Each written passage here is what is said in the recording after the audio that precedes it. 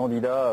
Non, ce qui est intéressant aussi, alors on va parler peut-être des favoris en dernier puisqu'ils sont favoris. Ce qui est intéressant, c'est qu'on voit bien aussi que là aujourd'hui il y a une lutte, une bataille pour en gros la place du troisième homme ou de la troisième femme. Moi, ce qui m'a marqué hier, c'est le positionnement de Marine Le Pen. On sent qu'il y a quelque chose qui s'est passé dans cette campagne. Elle a commencé il y a un an sa campagne en essayant de changer le Front National, d'oublier de faire oublier le FN de papa. Là, on est complètement revenu au FN de papa, c'est-à-dire les thèmes de l'immigration, avec des slogans qui sont quasiment identiques d'ailleurs à ceux défendus il y a quelque temps encore par son père. Je préfère mon frère à mon cousin à mon voisin et mon voisin à je ne sais plus qui. Donc là, c'était la fin, donc immigration zéro, on savait, mais elle y est allée très fort. Fin du droit d'asile, qui est une tradition française, elle y est allée très fort.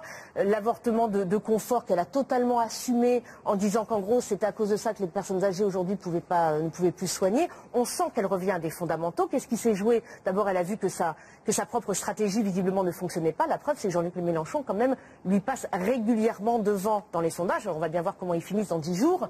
Mais là, on sent qu'il y a quelque chose qui se joue très, très fort entre les deux. Mais c'est un moment intéressant parce qu'effectivement, elle relisait les vieux discours de papa, qu'elle réutilisait complètement. Mais il y a le côté aussi abattage, bulldozer, moi, qui m'a frappé. Parce que son programme économique n'est pas terrible, c'est le moins qu'on puisse dire. Enfin, il ressemble à beaucoup de candidats économiques. C'est-à-dire dépensons. C'est vrai, il y a de la dette, dépensons encore plus, on verra bien. Et c'est vrai que François Langlais, quand même, elle lui a donné un peu de fil à retordre, alors que le dossier de François Langlais était excellent. C'est-à-dire là, on sent vraiment la politique. Parce que toi, tu as compris les 9 points et les 4 points de droite. Tout compris, j'ai tout suivi, mais je trouvais qu'elle a réussi, disons, avec un dossier épouvantable, et réussissait à tenir le choc. Et là, on connaît les grands politiques.